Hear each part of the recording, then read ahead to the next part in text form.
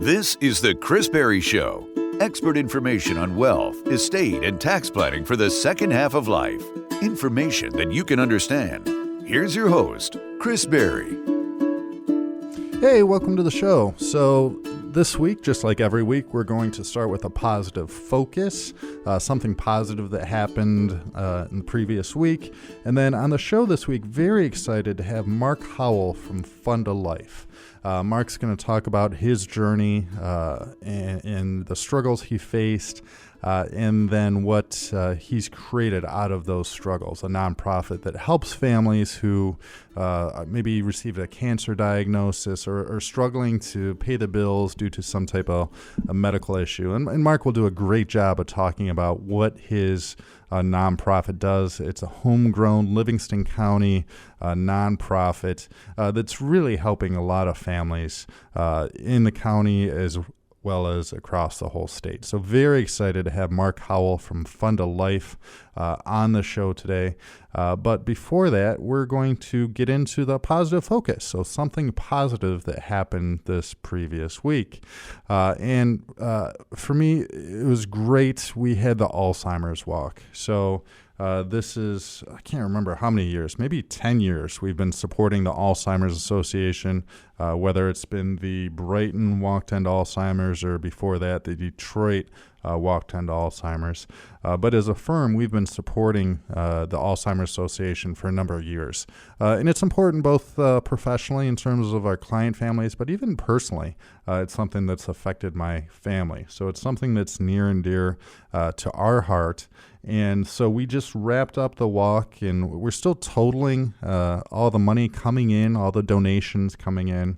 But it looks like this year we raised over $180,000 to go to the Alzheimer's Association. So we helped organize the walk, and we had over 1,000 walkers this year. Last year we had 800 walkers. This year we had over 1,000. We had our team was down there. I think we had probably about 15 to 20 people on our team down at the walk. Some of our clients were there, some of our client families. It was just a beautiful scene.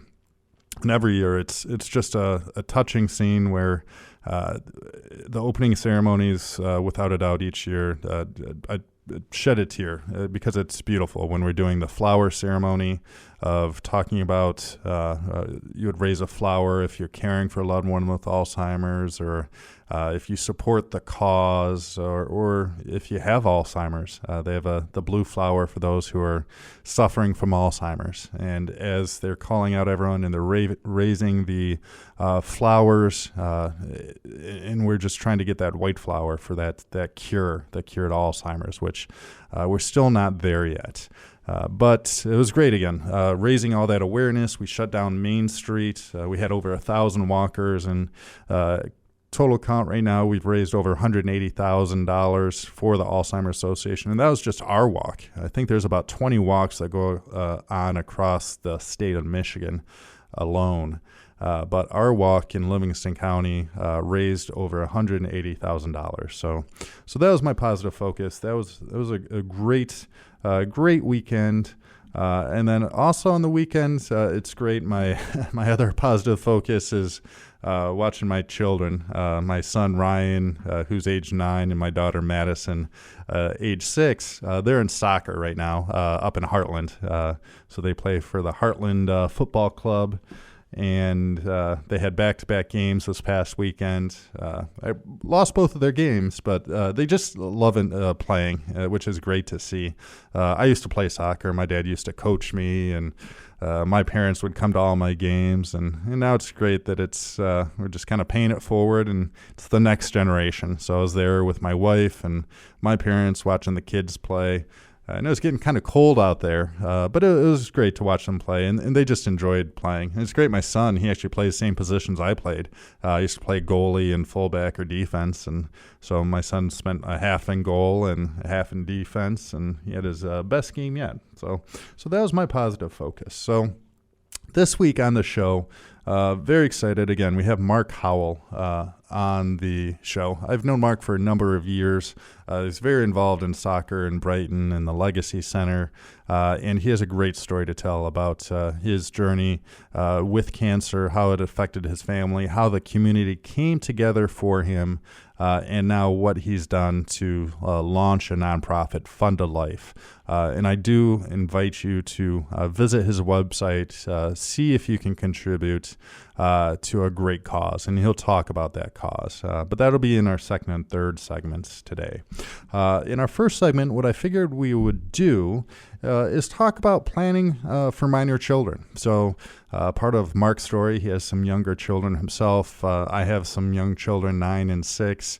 And I read a recent article that talked about retirement, like starting retirement planning for your young children. But I thought I'd expand it and just talk about the things to think about that if you do have young children at home. And really, there's three main things that I think that if you do have young children, minors, so younger than 18 that are at home, some things to consider. And the first thing is to consider life insurance. And some life insurance salesmen will recommend getting insurance on the children. I'm not sure if you necessarily need to do that because from a financial standpoint, children, their liabilities, they're kind of costly. They're expensive. So you don't need to necessarily insure a liability, but what you should do is insure an asset. And that would be you as the parent. God forbid something happens to you, we need to make sure that the children are taken care of. And so there's different ways that you can look at insuring yourself for your minor children. And term insurance always makes sense. So you might have heard buy term, invest the rest. If you're looking just for a death benefit, term insurance is probably the cheapest type of insurance where you could probably get about $500,000 for $20, $30 a month. So super cost effective, super cheap, a good way to build in some coverage. So God forbid you were to pass away or mom or dad were to pass away, make sure those kids are taken care of financially. And how much life insurance you might be asking? Well, it really depends. Depends on what your goals are. But at least for my own planning, I want to make sure that my kids are covered in terms of the support they need so the health and education, maintenance and support they need as they continue to age. But also I wanted to cover college costs as well. It's very important for me to give my children the opportunity to go to college. God forbid I were to get hit by a bus. So I wanted to make sure that I have enough insurance so that if I were to get hit by a bus, that my children would be taken care of and they'd have their college paid for. And so my insurance, 3/4 of that is made up of term life insurance, and then 1/4 of that is through permanent insurance, more specifically an index universal life.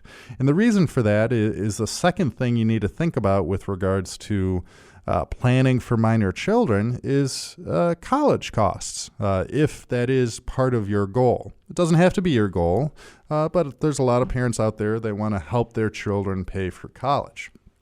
And college costs are certainly increasing. Two things I see shooting up is college costs as well as long-term care costs. The cost for each of those is increasing greater than inflation. And so I wanted to help my children pay for college, and I have 2 of them.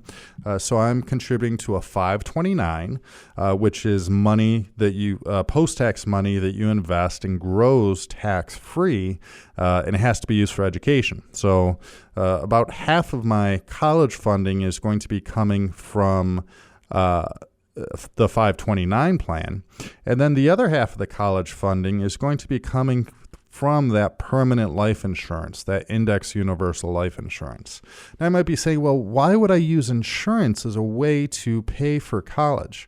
Well, the reason for that is that if the policy is structured properly, then the money that is invested inside of that grows tax-free. So the money that grows, it grows tax-free, just like a 529, but it's tied to the index, where if the market goes down, I don't lose anything in that index universal life insurance policy. But if the market goes up, I participate in the upside of the market. So it's just creating some diversification with regards to market volatility. Because if I had all my money in that 529 and then all of a sudden the market went down, well, I'm sorry, Ryan and Maddie, instead of getting 4 years, you'd only get 2 years of college. So by having some of the money in an index universal life, if the market goes up 10%, I might only get 5, but if the market goes down, I don't lose anything. So it creates some diversification with regards to market volatility. So the first thing we need to have is life insurance and have some term life insurance. So if a parent were to pass away, make sure the kids were financially taken care of. And then the second piece of it is to think about or consider college funding. And you might look at 529s as a way to do it, or you could also look at index universal life, which is a form of permanent life insurance that grows tax-free. So I'm not advocating getting insurance necessarily on the children, but if possible, the parents should explore life insurance to cover the support of the child if you were to pass away, but then B, permanent life insurance like an index universal life could be a tax-free vehicle to help pay for college. So first thing is covering life insurance. Second piece of it is that college funding. And then the third piece, if you do have minor children, is you need to think about estate planning, okay? So estate planning, it's not just for when you're in retirement and in your 60s or 70s or something like that. As soon as you have a child, you need to think about at least some basic estate planning. And there's a couple key considerations as it relates to planning for your children with regards to estate planning. And the first and most important thing to think about is who would take care of your children if you were unable to. And this is the role of a guardian. So who would be that guardian? Who would be that substitute parent if you were not around anymore for those minor children? Maybe it's your parents. Maybe it's a sibling of yours. But we need to think about who would be that substitute parent. Who would be that guardian if something were to happen to you? Who would manage the day-to-day activities of your minor children if you were not around anymore? And I know it's hard to think about, but it's something that needs to be done. And the role of the guardian is chosen inside of a will. So if you have minor children, then you need to at least have a will that appoints a guardian to take care of your child or children if you were unable to.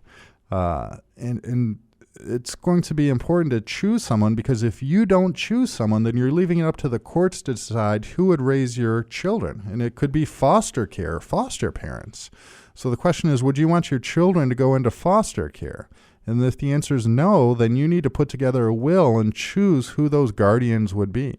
And I know it's not fun to think about, but if you're an adult enough to have a child, then you need to think about these types of questions.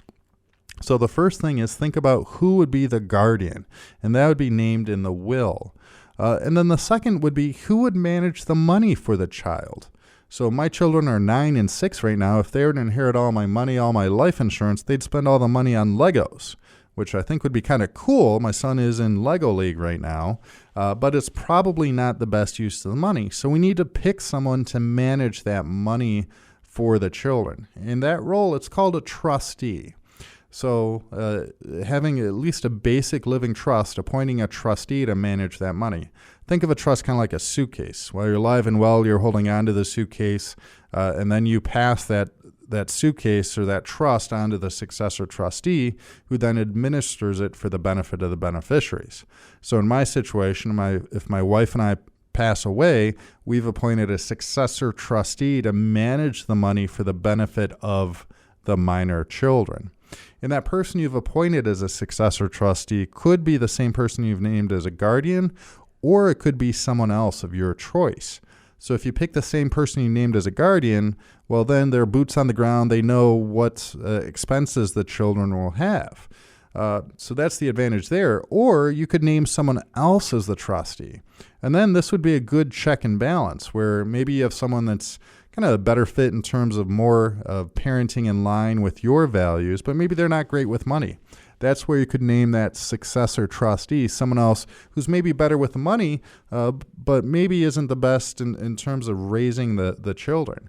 So by separating out those roles, you could have a good check and balance there, a good separation of duties.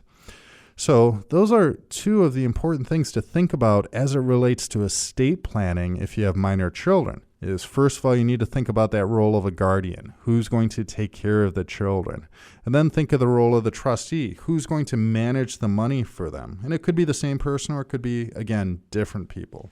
And then typically there'll be some language to say that, well, once the children reach a certain age, maybe it's 25 or 30 or 35, then they'll step in and they can manage their own financial affairs. Now, technically in Michigan, once you turn 18, legally you're an adult. But we don't necessarily want 18-year-olds running around with a big inheritance. I'm young enough to remember what I was doing 18 to 25. If I inherited $5,000, $50,000, or $500, I would have been the coolest campus, but that probably would have been my only year on campus, right?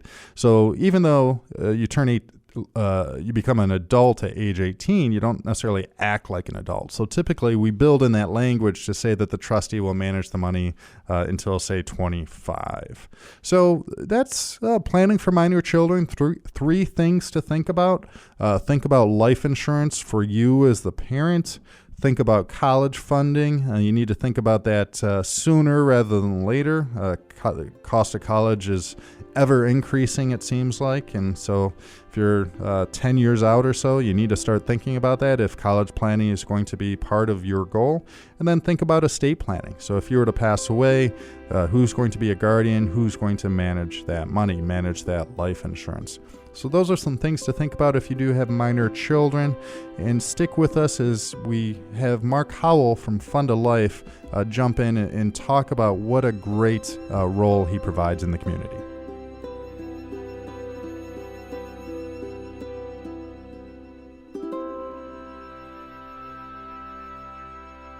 If you or a loved one is in need of estate planning, make sure you talk with certified elder law attorney Chris Berry from the Elder Care Firm, like Dave Marsh did from Pinckney. You hear stuff about attorneys being, crooks and whatever, I didn't know if I could find one that wasn't going to try and, stiff me. So I was really happy to find the Elder Care Firm. They were just really, really helpful. I went to that seminar, and when I would call people, I'd get calls back. They'd answer questions, and I was real happy with it all. They laid out everything it was going to cost me, and it gave me a real good peace of mind. I would recommend them to anybody, And I don't recommend a lot of people, but I would recommend them. Hello, I'm attorney Chris Berry. I can help you develop the best plan possible. Call 810-214-3800 to schedule a free 15-minute phone consultation or to reserve your seat at our next workshop. The Elder Care Firm is here to help you and your family find solutions. Visit theeldercarefirm.com today or call 810-214-3800. Welcome back to the show. Very excited to have Mark Howell from Fund a Life. How's it going, Mark? It's going well. Thanks a lot, Chris, for having me. Yeah. Appreciate being on. Yeah. So tell me, what is Fund a Life? Fund a Life is a 501c3. We have a mission to help people facing life-altering circumstances of all kinds. Mm-hmm. So we help people facing a myriad of crisis situations in their lives through fundraising efforts that we put on throughout the year. Mm-hmm. And we look to grant people awards of various sizes to help them get through those crisis moments. Wow. And so how did you get involved in this?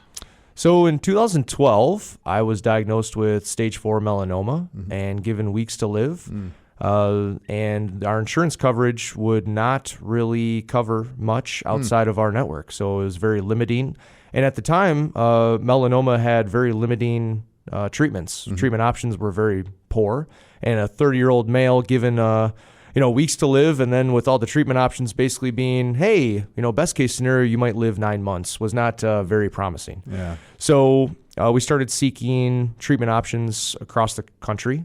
Yeah. And when the community heard that our insurance wouldn't cover some of those options, they rallied behind our cause and raised upwards of $200,000 for my family and I. Wow. So, Yeah, so it enabled us to put the financial concerns aside, which I know can ruin a lot of families, especially in cancer diagnoses in general. Yeah. And we were able to travel the country and seek out treatment options without worrying about any of that. And, kind of through that process, came across a lot of other people that weren't afforded the same opportunity and were given similar, bleak circumstances. And kind of gave us the idea to, hey, what if we have a different network here that we might be able to tap into? Maybe we can fundraise for other people and have the ability to seek them and give them grants directly back to them in their crisis moments and help them get over it. And there's a lot of great organizations out there, like the American Cancer Society and a lot of other groups that help people facing all sorts of things, but the resources are very difficult to get at, and you have to go through a lot of vetting, and it's a very difficult process to access any funds whatsoever because there's probably just thousands of people going after it, and even if you do, you're very limited in what you can really access. And it might cover a plane ride, and you're looking at tens of thousands of dollars in a very short period of time just going away with the wind. Yeah. And so Fund a Life, really, we have no restrictions on what we can grant in terms of a crisis moment. We have no limitations on the size of grant. We're really just limited by the amount of fundraising we can do, the amount of funds that are available. And currently right now we help people in the state of Michigan. So that's really our only limitation. Sure. Yeah. So a lot to unpack there. So this was 2012, you said? Yes. And we're still here in 2019. So tell me a little bit about your journey of how are things going for you? Sure. Things are going very well now. Yeah. It was very dicey for about 3.5, 4 years. Yeah. Multiple surgeries, multiple treatments. The surgeries all went well, so to speak. The treatments, the first 3 treatments all ended up failing, but ultimately bought me enough time to reach my ultimate treatment, which I was on for about 18 months. That ended up saving my life. And in 2016, January 1 of 2016 was deemed cancer-free. So, Wow. Yeah, so That's almost amazing. Coming up on 4 years now of cancer-free it feels pretty amazing. And Great. It doesn't mean that every day since then has been easy, for sure. The amount of stuff my body's gone through definitely leaves me feeling a little bit older than I am. But I have a family, and I'm happy to be around my wife and my 3 kids now, and it's a blessing. Yeah, truly a blessing. And so out of your journey, that's where Fund a Life came from. So when did you get the idea for Fund a Life? Early on in 2015, when I was starting to kind of come out of the woods a little bit, was really when it started to strike me, and it really, I could pinpoint a specific episode, and I won't mention the gentleman's name, but it was a local person facing similar circumstances, and we went to one of their fundraisers. Kind of like when you buy a new car, it's like all of a sudden you see that same car everywhere on the street. Yeah. It was almost like, bam, we're hit with cancer. Now it seems like everyone has cancer, and you get to know everyone in that community, and it's and unfortunately it is a very common disease, but you just end up hearing so much about it, and you get pulled in that, and you're obviously you want to emphasize and help people. And so we went to, it was like a spaghetti dinner fundraiser, and they raised a few $1,000s, which was great, but the community, when they would hold a fundraiser for us, they'd raise $60,000, $70,000, $80,000. Wow. So it was just kind of an eye-opening experience of here are all these people trying to do a great thing for someone, and it might just happen to be maybe they're just not plugged into the right channels in the community, or they don't happen to know people with bigger wallets, and why should they be precluded from prolonging their life just because maybe I know a certain someone and they don't. And is there a way that we can tap into some of those resources to fundraise and open different channels so that everyone can kind of access, the same abilities to live on and have hope? Yeah. So you're kind of coming out of your own personal struggles, and you saw some examples of an issue that needs to be addressed. And so when did you finally get the 501c3 kind of created? The 501c3, we went through the process. I started it in 2015, not really having no idea what I was doing, to be honest. I was reading Nonprofits for Dummies books, and it was, really starting from scratch. Yeah. And, just kind of did a lot of templated stuff to try Sure. to get 501c3 status. Yeah. And even with our mission being so broad, I really was throwing, just darts at a board, Sure. just hoping that something would happen. Right. And our 501c3 status came back within about 4 months. Oh, wow. Okay. And we were approved, and it was almost like, okay, what now? I mean, I Sure. didn't really plan on it coming back smoothly that Right. quick. So Yeah. we kind of sat on it for about a year and a half while I really got my mind around what do we want to do with this? Sure. Who can help grow this in a Right. short period of time? Yeah. Who can really be a board, a Mm-hmm. board of directors, Sure. and how are we really going to make this work now? Right. It's a great idea. Now what? Yeah, now you have to execute it, right? Definitely. So about 2017, we threw our first event. Okay. And it was a 5K yoga event in the summer. Sure. And that now has been an annual event. We just Right. did our third annual this summer. Yeah. And, then that was a great kickoff. And, we were able to award our first grants in 2017. And then in 2018, we built on that. We did, an online auction. We did the 5K again. We did a big concert out in Royal Oak Music Theater. 2019, we added some more. We did a murder mystery on top of the other events. And so every year we're kind of just adding more, and we're starting now to put together like annual campaigns and different events. How do we fundraise all the time instead Right. of just these one-off events that Right. require a lot of resources and time and what have you. Yeah. So we're really, going forward, we're really trying to focus our efforts on expanding throughout the state of Michigan, not Okay. just in Livingston County. Okay. We have a good presence here, being that most of our board members are from this area. Sure. I'm from this area. Right. A lot of people are familiar with my original story, so they support us just through that, Right. effort alone. Yeah. But we're really trying to reach more and more people, and already the amount of applications that come in are far greater than our ability to help, and that really bothers me. And I don't think that, unfortunately, we'll ever be able to be on top of that. Right. The Yeah. need is always going to far outweigh our Yeah. ability to help. But I'd love to close that gap and be able to. We just always want to exponentially increase the amount of people we can impact. And Sure. every year we're increasing that number. This year we've awarded almost $100,000 in grants. Wow. So, we're growing, not growing fast enough to help as many Sure. people as we want. I don't know that we ever will, but that's the effort going forward. Yeah. And so you said you did the first grant in 2017 without Yes. sharing personal details. Can you tell me a little bit about that? Yeah, there were two, actually. We Okay. did at the same time, Yeah. kind of coming right out of the 5K. Right. One was a young mom of three Yeah. who had cancer Okay. and was facing mountains of bills, and was diagnosed with stage 4. They thought she had months to live. Yeah. Unfortunately, she has since passed, but okay. she did live about another 2.5 years. Okay. So we were Yeah. happy to at least be a part of that and give her some hope and help the family through some of those times. And Yeah. unfortunately, it didn't, end the way we wanted, but it was, we were happy to be a part of that journey. Another family, unfortunately, it was a father who had a small family-owned business. He didn't have the proper insurances, life insurance, that Sure. type of thing. Yeah. He got ill very quickly from some rare disease and couldn't work. Yeah. His young sons were just picked up the slack and were Yeah. working 24 hours a day, just kind of shifting on and off Right. on trying to keep the family business afloat. Yeah. Dad quickly passed away, and they had no income really coming in. They Yeah. didn't really know what they were going to do, so we were able to award a grant to help cover those expenses, cover their house for the next 6 months, and Yeah. keep them in their home so they didn't Wow. lose their home, they didn't lose their car. Yeah. Kind of help keep the family together while they emotionally, went through the proper steps of kind of dealing with all of that and figuring out how are we going to move things forward. And to this day, we have a really good relationship with that family, and wow. it's kind of cool to see it come full circle. And now they're doing a lot of big things in the world as well. So it's those first two we'll kind of always remember because Sure. those really kicked things off for us. Yeah, it's powerful. Yeah. So, and that's a good example, but who could potentially benefit from Fund a Life? Sure. I mean, a lot.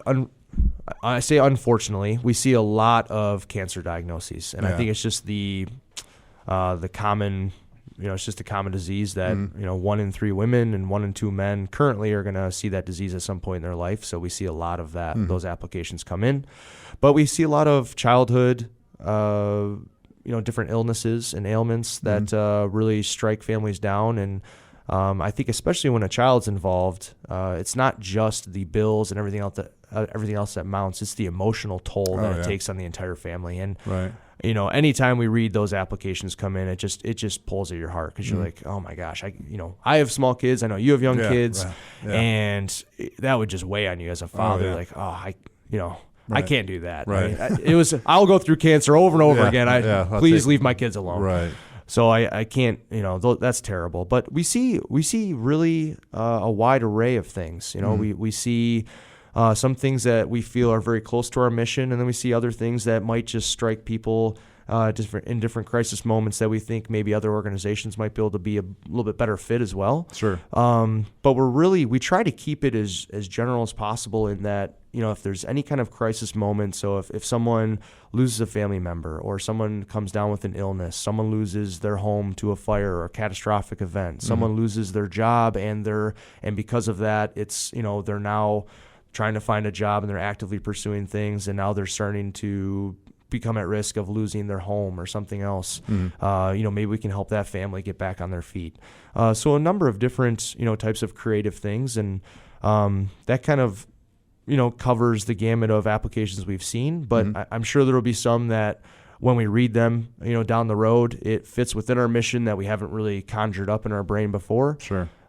So we try to keep an open mind, and because our mission is so broad, we feel led to be able to help a lot of different types of situations, which we're encouraged by. Sure, yeah.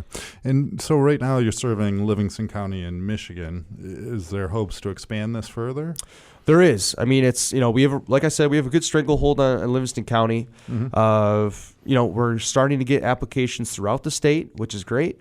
Currently, because 99.9% of all of our funding comes from within the state of Michigan, we have a few family donors outside of the state. Okay. But primarily, it's all from within the state, and we feel strongly that the money needs to stay where it's coming from. Sure. So we support the people within Michigan. Long term, we're testing some abilities to kind of do some different hubs in areas throughout the country. Yeah. We're first targeting. So I'm a soccer coach, right. And so I'm utilizing some of those relationships that I've built with younger now college students that are good leaders and such.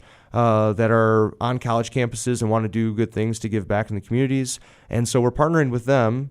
We're calling it the College Ambassador Program to really start up fundraising efforts on Fund a Life's behalf on those college campuses. Oh, wow. Okay. And starting to establish, kind of a homegrown, organic, community there of Fund a Life. And I think that long term that might be a good strategy to, plant in good areas throughout the country. But overall, I mean, we'd love to have at least a centralized location in every state so that we can help. We know that obviously people need help everywhere. It's not just the state of Michigan. So we're committed to keeping it within the country, and we're committed to helping people here.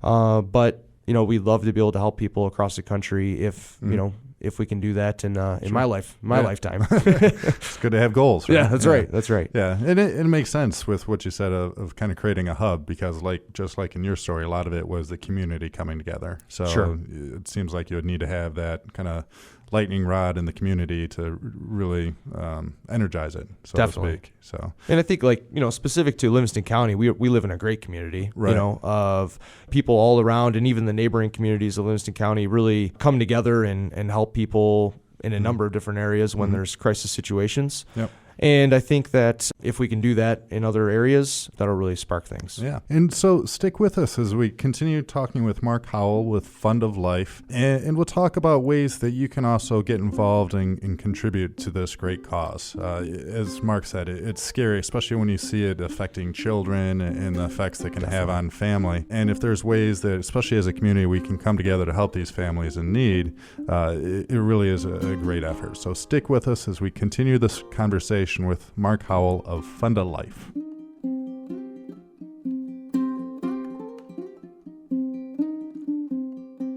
If you're looking for guidance in estate planning, make sure you talk with certified elder law attorney Chris Berry from the Elder Care Firm in Brighton, like Brian Measle and his family did. For quite a long time, I worked on my parents, trying to get them to establish an estate plan or a will or a trust, and they had absolutely nothing in place. We had set a first initial meeting with Chris on a Monday with him, and that Friday afternoon, my mom had passed away, and we had nothing in place.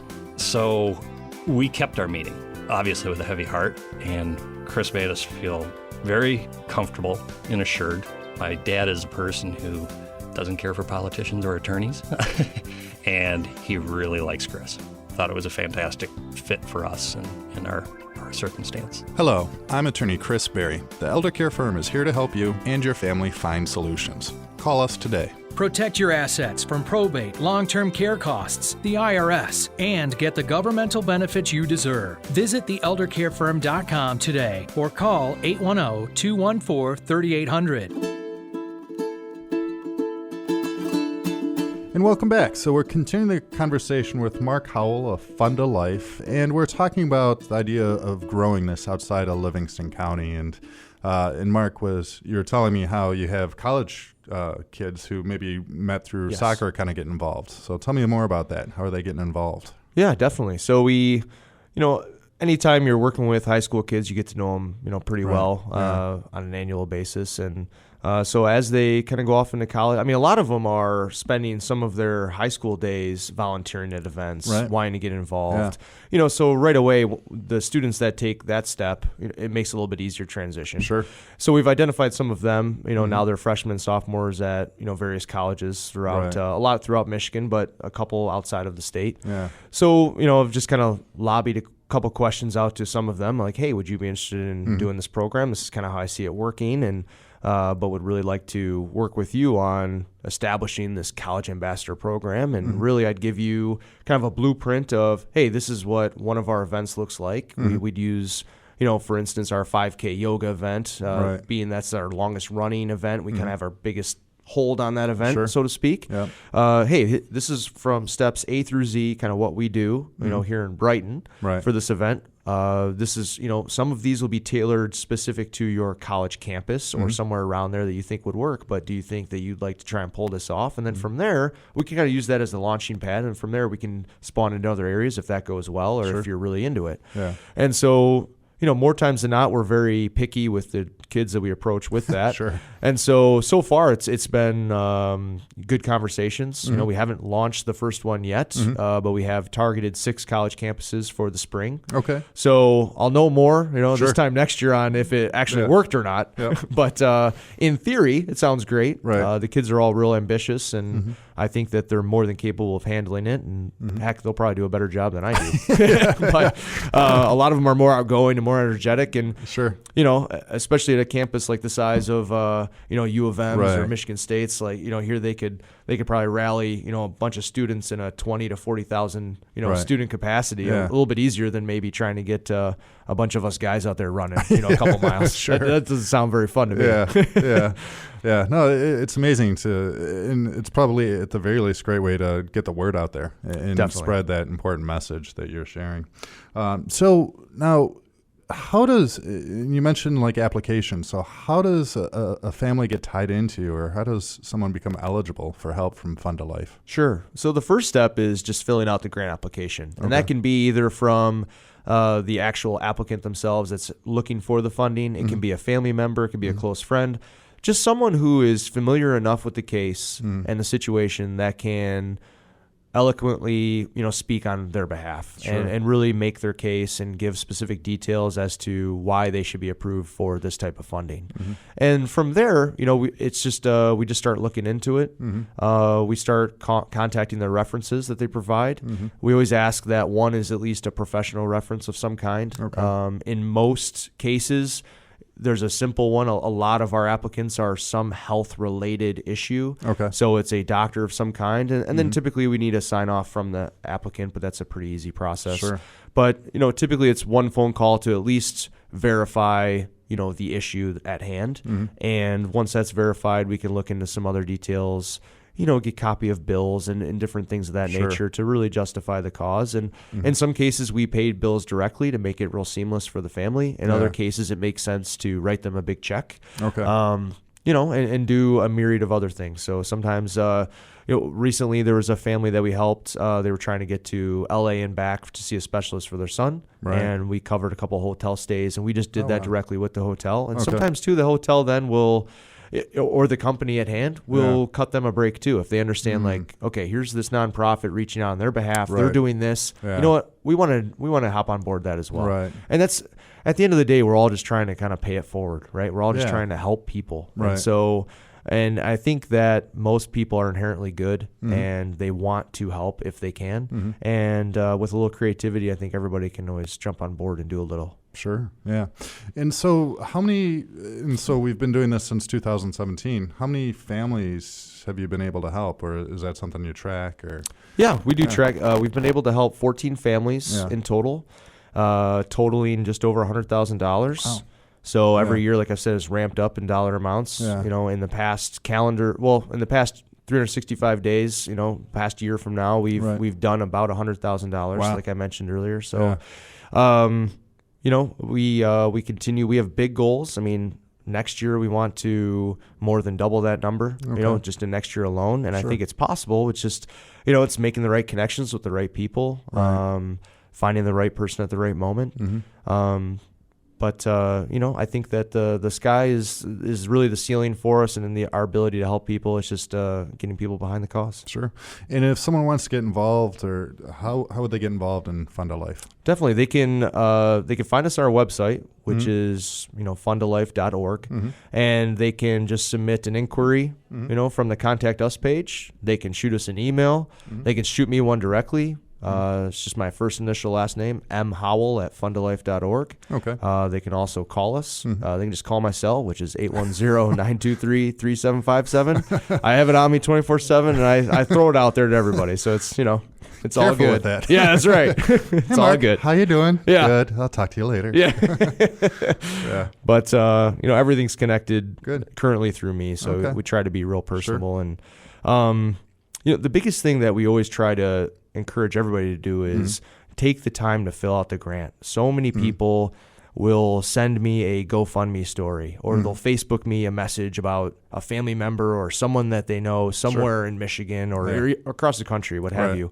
And there's still a process that we have to follow to be a legitimate nonprofit. Right. And I am not even on the grant committee. I don't make those decisions. We collect the grants, that we give them to a committee. They review them separately, and then they approach the board, make their recommendations. We vote, and we go from there. I think that's a good point. It's not just Mark choosing kind of his friends or something like that. Exactly. Yeah.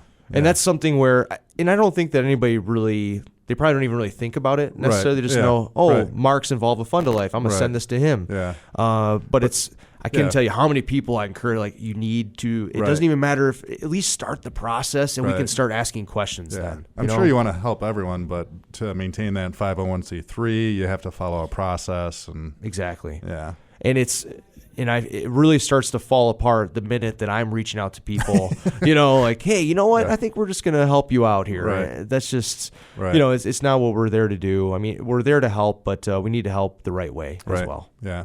Okay. And so if someone wants to get involved on the other side of thing of donating, or they like the cause, how would they get involved there? How would someone make a donation? Sure. They can make a donation directly from the website as well. Okay. So again, they can go to fundalife.org. There's a donate button they can click on, and they can choose to donate however they choose, a one-time, a monthly, recurring, what have you.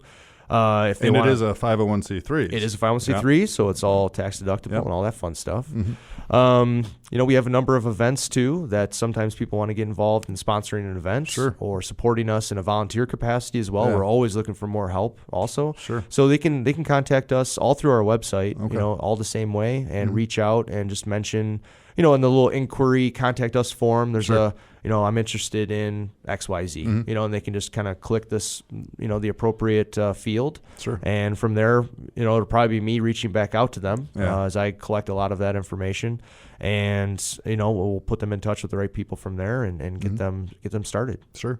And so you mentioned events. What events do you have coming up this next year? Yeah, so this next year, right now, we're partnered up with Puzzled Escape. Ooh, that's fun. I know, right? Already, we're gonna put together a we're kind of targeting Livingston County area for a like a scavenger hunt road rally. Okay. Kind of a big event there that that'd they're be helping fun. with the clues and everything else. So a lot of those type of events have a spin of a murder mystery or solving a mystery type kind. But this, with us, we're going to do more of a you're against the clock to save a life type of a thing. So a little bit more mission centric. Sure. But something fun. Have you been able to escape any of those yet? I've gone to an escape room, and we did escape. It was with my in-laws, and they did most of the work. They just yelled at each other pretty much the whole time. It was a long hour. Let me just tell you that. Yeah. So I'd love to go back with maybe a smaller group and someone who listens a little bit better. Not so many leaders, and maybe a couple people that are on board to just help out as well. Yeah. So do you have a date for this yet, or the date's still open? We literally just we're looking at kind of like early April timeframe for that. Okay. Last year we were really fortunate to be a part of the Senior Survivor event at Brighton High School. We're hoping to be a part of that again this year as well. We have our 5K and yoga event. This will be our 4th annual next year. That's July. It's always the second Saturday in July. It's always the Saturday of Taste of Brighton. Yeah, I was going to say downtown Brighton. A lot of times over. So it always makes it easy. Yeah. So whatever that date is, that's when it'll be. So you can run, do your yoga, and then eat some food downtown. That's right. Yeah, that's right. And then we'll have Drive to Survive, which will be our 2nd annual event, which was inspired and fully organized by a high school student this year. Oh, wow. Who really was just inspired by the mission through meeting us during Senior Survivor of last year. Contacted me early summer and said, hey, do you mind if I do this event? I'm really passionate about cars. I love your mission, and I want to do an event. It was awesome. This year we had about 40 cars. It was kind of a tour through Brighton, Heartland, Milford, and then ended at the Lingenfelter collection. Okay. We raised about just under $10,000. Wow. For a 2-hour commitment. Right. Yeah. And it was just a very cool, unique event. It was police escorted, so that was cool. Wow. Okay. So the sheriff's department kind of helped drive the whole thing for us a little bit. Yeah. So it was a cool little parade. Yeah. And this was all organized by a high school? All organized by high school. I literally just supported him in his efforts. And he was, his name is Adrian Kozakov. You'll probably hear him more and more in the coming year. But he's really fired up for year 2, and he's already going to work at it. He's already tweaked the logo, and he's got like event pages going up already. I'm like, whoa, he's way ahead of me on everything else. Yeah, he's like, Mark, get out of the way. Let me do this. Exactly. I'm like, oh man, showing me up. Yeah. But he's an awesome kid, and I learned a lot from just working with him, and it's amazing to be around a 17, 18-year-old kid who's so passionate about something, and so he's very intelligent, and he's just driven, and that's awesome. Yeah. So we're looking forward to that, and then so that kind of rounds out the first 2/3 of next year. We're still trying to piece together what we're going to do to finish it out, but that's kind of what we're looking at. We're looking to maybe sneak in an event or two to maybe kick off the event. We're probably going to do some smaller VIP type events. Okay. But those will probably be the big ones for next year, and then coupled with the 5K yoga ambassador events at the different campuses, that'll be a bigger undertaking, hopefully, because that means it'll be going well and a lot of work. Yeah. Keeps you busy and out of trouble, right? Something like that. Yeah. Keeps me busy or in trouble with my wife because I'm gone all the time. Yeah. So with all these things going on, what is Fund a Life seeking, or how can people help out? Definitely. I mean, I think, right now we're really seeking just more, being small and being new. We're looking for introductions into people who might be passionate about a cause like ours. I think that there's always people who want to support causes, and sometimes they're just not sure what to get behind, and they're not, they're seeking that cause that they want to get behind. They're seeking that way to give back. So we're looking for those people who are maybe seeking us but don't even know we exist. Right. So we're always looking for that introduction. Yeah. We're also looking for volunteers across the board. I mean, we're looking for people to help with events, which are always a big undertaking, but just the day-to-day stuff. I mean, most of the day-to-day stuff really is just me today. Right. And so that's not a long-term viable, option. It's just not going to help us. Your wife probably misses you a little bit. A little bit. Yeah. A little bit. Yeah. But really it's restrictive to the organization too. Right. So we're looking for more people who have the time to give and have the ability to give more of their time and energy and whatever their gifts are for an organization like ours to grow. And it could be something as simple as writing thank you cards. It could be something a little bit more, more advanced, something maybe more technological or more in the marketing area or, anything really. But we're looking for more of those types of people. So we have some good people involved in helping run events. But really outside of that, we're always looking to get the word out. So if you're a social bug who likes the mission and you want to go to a, like a downtown fair or festival and just stand in a booth and rally people up behind the cause, we're looking for those people, literally everything. So, just, and then different event sponsors, anybody who might like some of those events that we talked about before that say, hey, maybe my business could, benefit from having a name up there. And if not, maybe we just want to get behind it because it sounds cool and maybe in our wheelhouse a little bit. Sure. We're looking for introductions for those people as well. So anything and everything when we're this small, anything that people are willing to give and able to give. And, we're more than willing to listen. Yeah. Oh, great. And so one more time, what is the mission of Fund a Life? Sure. Our mission is, simply put, we want to help families and individuals overcome major life-altering circumstances of all kinds.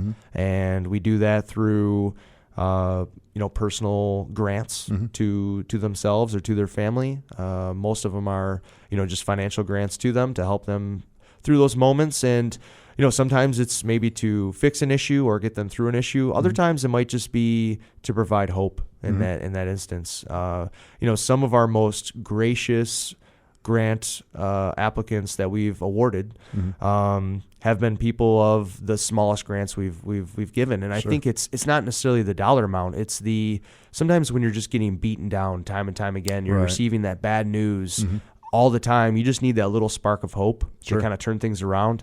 And sometimes just that one little win, even if it's just somebody saying, yes, I will help you, and here's a couple $1,000s, it really changes. It could change their whole outlook. Yeah. And, although, an organization or maybe to some companies, $3,000 might not be that much. Sure. To them, it's everything. Yeah. And I think that's a great way to end this, Mark. One more time, what's the website? fundalife.org. Okay. Mark, thank you so much. This has been great. I appreciate it. I hope all the listeners appreciate this. Please take a moment to visit the website and try to get involved. Thank you, Mark. Thank you, Chris. Learn more about Chris Berry and how he can help your family by visiting online at thechrisberryshow.com. That's thechrisberryshow.com. You can also call Chris Berry at 810-355-2584. That's 810-355-2584. This program content reflects the opinions of Chris Berry and his guests, not the elder care firm Prosperity Capital Advisors or the Castle Wealth Group, and is subject to change at any time without notice. Content provided herein is for informational purposes only and should not be used or construed as investment or legal advice, or as a recommendation regarding the purchase or sale of any security, or to follow any legal or tax strategy. There's no guarantee that the strategist's statements, opinions, or forecasts provided herein will prove to be correct. Past performance is not a guarantee of future results. Indices are not available for direct investment. Any investor who attempts to mimic the performance of an index would incur fees and expenses which would reduce returns. All investing involves risk, including the potential for loss of principal. There's no guarantee that any investment plan or strategy will be successful. We recommend that you consult with a professional dedicated to your needs. This program is furnished by the Elder Care Firm.